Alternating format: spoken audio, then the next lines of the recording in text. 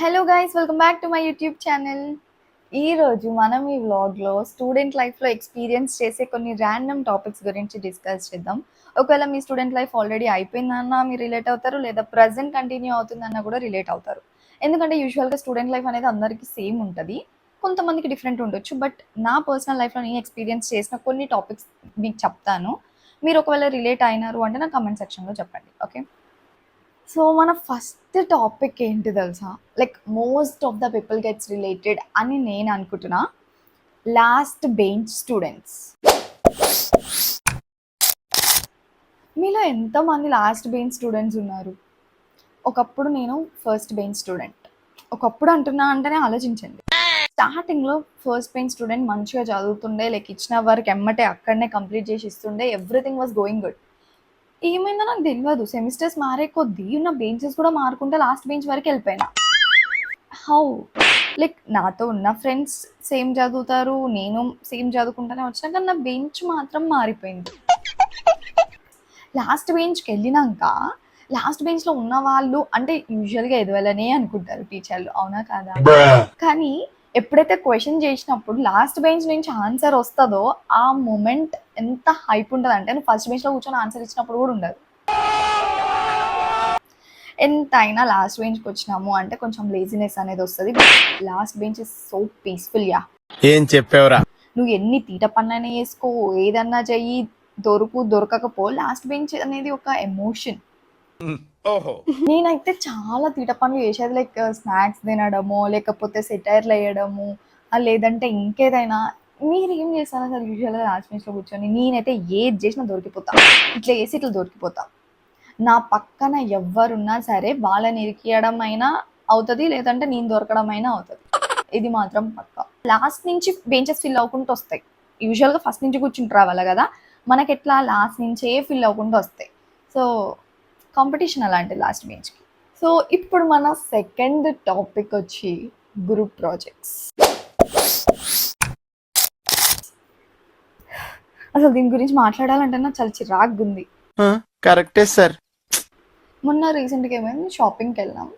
మంచిగా shopping blog చేద్దాం అనుకున్నాం.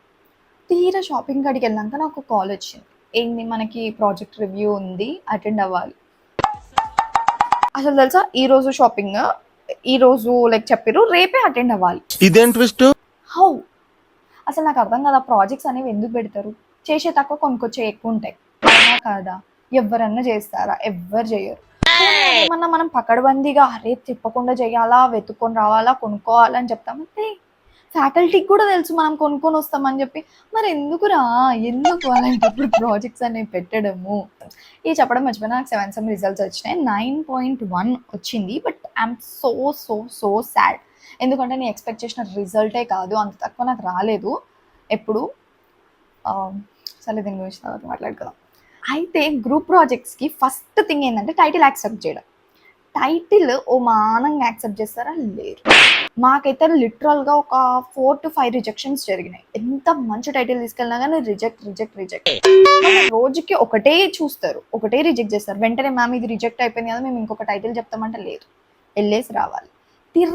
తిరగడమే ఒక మోటో. అసలు ఆ గ్రూప్ ప్రాజెక్ట్స్ అంటేనే తిరగడం. నా వల్ల కాదు అన్నయ్య, నా వల్ల కాదు. అది అయిపోతుంది. గైడ్ రివ్యూ, కమిటీ రివ్యూ, ఈ రివ్యూ, ఆ రివ్యూ అని చెప్పి ఎప్పుడంటే అప్పుడు వెళ్ళాలి, తిరగాలి, రివ్యూ అవ్వాలి. ఆ టైంకి ఉంటారా? ఉండరు. వాళ్ళని వెతుక్కోవాలి, క్యాంపస్ అంతా ఎత్తుక్కోవాలి. మళ్ళీ సైన్స్ సిగ్నేచర్ పెట్టడానికి ఎంతసేపు? ఇంకా నేను పెడతా.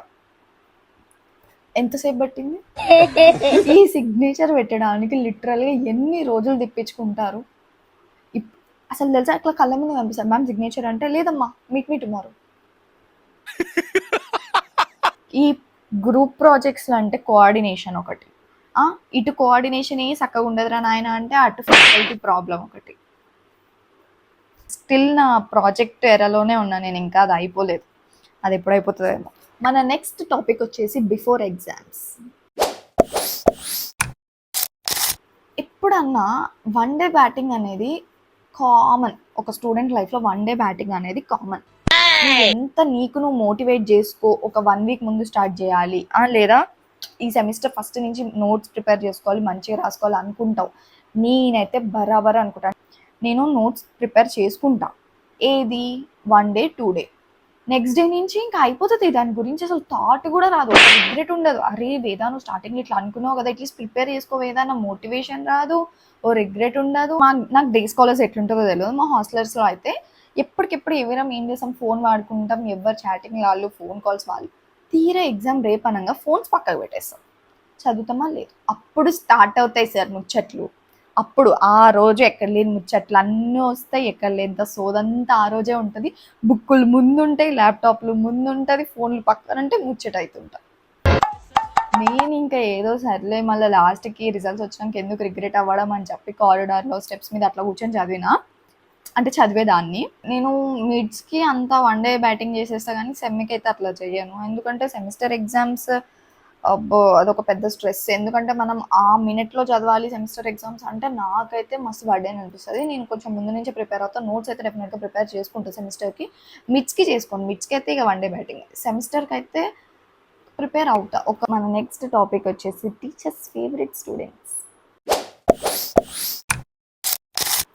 మీలో ఎంతమంది ఒక్క టీచర్ కన్నా ఫేవరెట్ స్టూడెంట్ చెప్పండి. అసలు టీచర్ ఫేవరెట్ స్టూడెంట్స్లో 2 టైప్స్ ఉంటారు. అంటే లైక్ ఇద్దరిని ఫేవరెట్గా చూస్ చేసుకుంటారు.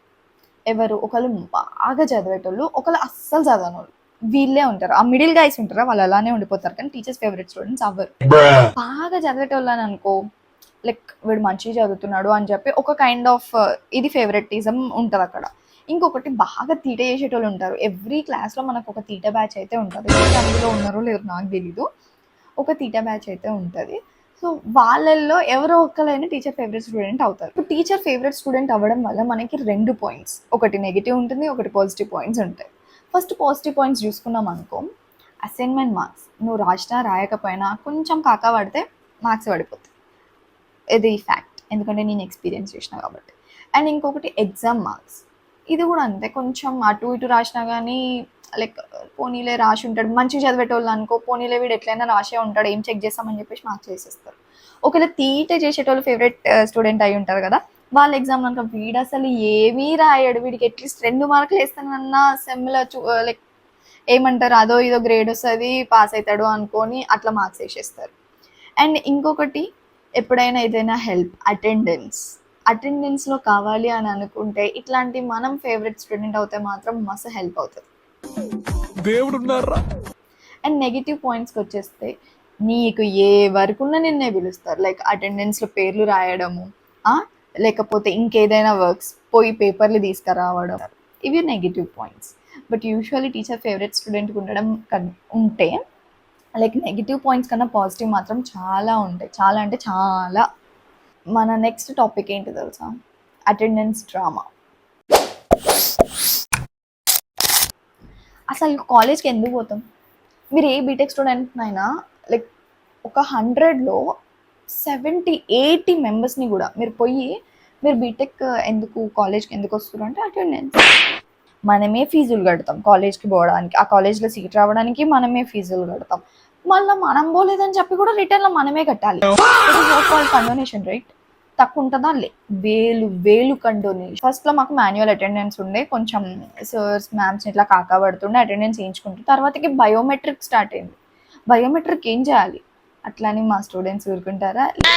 ట్రై చేయలేదు కానీ లిటరల్గా like few of the students ఏం చేసి ఉండే, వ్యాక్స్ ఉంటుంది కదా, వ్యాక్స్ ఇంకా గ్లూ ఇవి పెట్టి ఫింగర్ ప్రింట్తో కూడా ప్రాక్సీ చేశారనమాట. అసలు అటెండెన్స్ కోసం ఎన్ని ఫేక్ సర్టిఫికెట్లు క్రియేట్ చేసినావో తెలియదు. అవి ఉంటాయో ఉండవో, అట్లీస్ట్ ఎగ్జిస్టెన్స్ ఉందా లేదా అని కూడా తెలీదు. బట్ జస్ట్ చాట్‌జీపీటీకి ఇవ్వడం, change the name, roll number పెట్టడం, ఇచ్చేసేయడం. ఎందుకంటే అటెండెన్స్ అంత ముఖ్యమైపోయింది. Our last topic is surprise test. పిల్లలం అనుకుంటున్నారా? 10th ఇంటరా టెస్ట్లు ఏంది బాయ్ తెలుసా? నిజంగా మా దాంట్లో ఏదో టెస్ట్ పెట్టాలని పెడతారు, ఓపెన్ బుక్ టెస్ట్. బుక్లో చూసి రాయాలి. బుక్ అంటే యూజువల్గా బుక్స్ ఉండేవి ఎవరికంటే, మేమైతే చాట్‌జీపీటీ దానికి వాళ్ళు ఇచ్చిన క్వశ్చన్ ఇవ్వడం, రాయడం. ఎందుకు అది పేపర్ పెన్నులో ఇంక్ బొక్క తప్పించి. అస్సలు ఆ రోజు అనిపిస్తుంది ఎందుకు వచ్చిండ్రో నాయన కాలేజ్కి అని. ఎంత చదివేటోళ్ళైనా చదవని వాళ్ళైనా సేమ్ ఫీలింగ్ ఉంటుంది, ఎందుకు అసలు ఈ టెస్ట్ పోతే. మేమైతే యూజువల్గా ఇంతే అనుకుంటాం, ఈరోజు ఏమైనా వాళ్ళు ఏం లెసన్ చెప్పాలా, ఏం టాపిక్ చెప్పాలా, ఏం ఫిక్స్ కాలేదనుకుంటా, ఏం ప్రిపేర్ కాలేదనుకుంటా లాస్ట్ నైట్. అందుకే ఇట్లాంటి టెస్టులు అవి ఇవన్నీ మనని సర్ప్రైజ్ చేద్దామని అనుకుంటున్నారు అని అనుకుంటాం మేమైతే. రోజు కాలేజ్ రాకుండా ఏదో ఇంకా అటెండెన్స్ మైండ్లోకి వచ్చి ఈరోజు పోదాంరా అని అనిపించి పోయిన రోజు ఇట్లాంటివి ఉన్నాయనుకో వాడి సిచ్యువేషన్ ఎలా ఉంటుంది. Okay guys, that's it for this vlog. ఎందుకంటే కొన్ని ర్యాండమ్ టాపిక్సే చూస్ చేసుకున్నా, లైక్ నా మైండ్లోకి వచ్చిన టాపిక్స్, రీసెంట్గా నడుస్తున్న టాపిక్స్. నాకు ఏమో ఇంకొన్ని టాపిక్స్ ఉండొచ్చు, let me know in the comments. మీరు వేటికైనా రిలేట్ అయ్యి ఉంటే ఇందులో మీరు కూడా చెప్పండి నాకు కమెంట్ సెక్షన్లో. ఎందుకంటే I also want to know how you guys also face these kind of situations. Okay, thanks for watching this vlog. Hope you guys like it. Please do like, share and subscribe to my YouTube channel. Thank you. Bye bye.